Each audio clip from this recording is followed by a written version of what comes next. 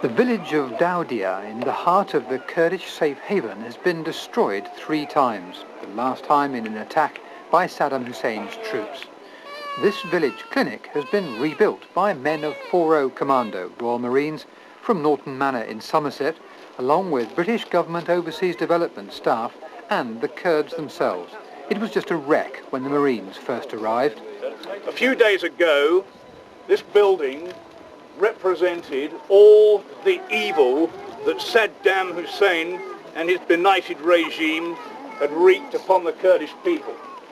It was trash.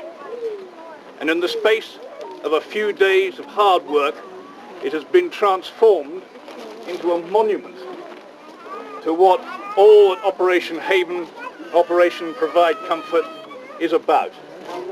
The clinic's been named Norton Manor in honour of the Commandos, and at a ceremony it was handed over to the leader of the ODA medical team, Dr. Goran Jamal. I am sure that this clinic will thrive and continue to provide essential medical services to the local community in Dawdia. And I am sure it will make a good example of how successful the relief aid has been in this region. Thank you. Beside the clinic is a new ambulance donated by a Bodmin couple through the Cornwall Kurdish Association and given to the villagers by Newquay paramedic Mike Hocking. Well, it's perfect for the job right now, rough roads. Oh, yeah. The Kurds used the occasion to voice their continuing appeal to troops to stay to protect them. No, Saddam! It's in someone else's country. Today, no doubt, Saddam Hussein will feel that his theory has been vindicated. Throughout the pullout from Iraq, the British and American governments have insisted there was no date for a final withdrawal. But today, the Pentagon announced that all Allied troops will be out by Monday. A small residual force will remain in Turkey. According to the Pentagon, that force will be used if any Iraqi aircraft venture north of the 36th parallel or if other Iraqi troops use force in the same area. That should protect 500,000 Kurds left behind in the safe haven. And there'll be partial cover for a much larger area to the east, where it's estimated that 1.5 million Kurds are living under the control of the Kurdish Peshmerga. Over the past weeks, Newsnight has had a camera team in this eastern zone, effectively a free Kurdistan. Stephen Sacker now reports on what they found there and explains why the Kurds face a tough struggle if they're to maintain their fragile independence.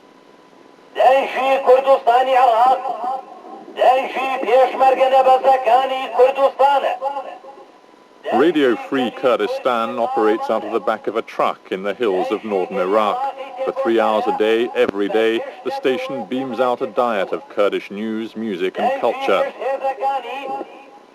A clarion call to Kurds on both sides of the Iran-Iraq border. For these pirate broadcasters, Free Kurdistan is no longer just a dream, it's an everyday reality. They used to live in fear of their lives. Their mobile studio was regularly bombed by the Iraqi Air Force.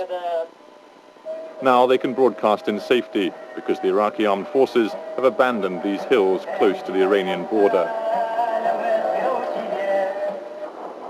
Beyond this half-hearted Iraqi checkpoint on the main road east from Erbil, Saddam's writ no longer runs. 100 meters up the road, just a grenade's throw away, is a Kurdish checkpoint. Goods lorries are allowed through, Iraqi soldiers are not. This is the boundary of a free Kurdish enclave in all but name. The Kurdish rebellion brought not just terrible suffering, but also a glimpse of a liberated future. Now the question for these Peshmerga guerrillas is how long their newfound independence will last. The Allied security zone in northern Iraq hugs the Turkish border, offering only the most limited of safe havens. The Iraqi army has moved back into the big cities of Erbil and Sulaymaniyah, but a swathe of territory to the east remains in Kurdish hands. Now the Peshmerga guerrillas are trying to persuade the refugees still in Iran, almost 1 million of them, to come home, to help to rebuild the Kurdish homeland. Some Kurdish families are returning, but still there's a vast diaspora left behind in Iran. The danger for the Kurds is that many might never come back, becoming, like the Palestinians and Armenians, permanently divorced from their land. In the 1980s, Saddam tried to destroy the Kurds as an independent entity.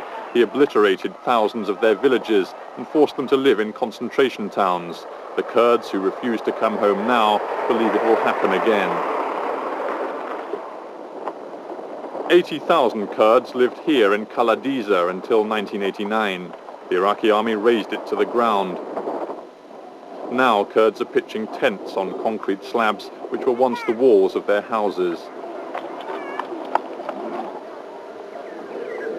In the isolated villages of Free Kurdistan, other families are trying to establish new roots in old soil. But here in Shirok, food is short. There's no supply of clean water, and these shelters will offer little protection from the mountain winter. Present hardships present a stark contrast with life in the village before Saddam Hussein. We had the best life. We could get everything easily from our land. It was very fertile. We could grow tobacco and all kinds of grains. And we had lots of sheep and cows, a lot of water, a lot of nice trees, a lot of fruit. We never needed help. We fended for ourselves. Food is short because good farmland has been laid to waste. These hillsides would once have been thick with ripening wheat, but the Iraqis sowed landmines here 3 years ago. Hundreds of Kurds have been mutilated while walking the fields as a result of Saddam's determination to undermine Kurdish self-sufficiency.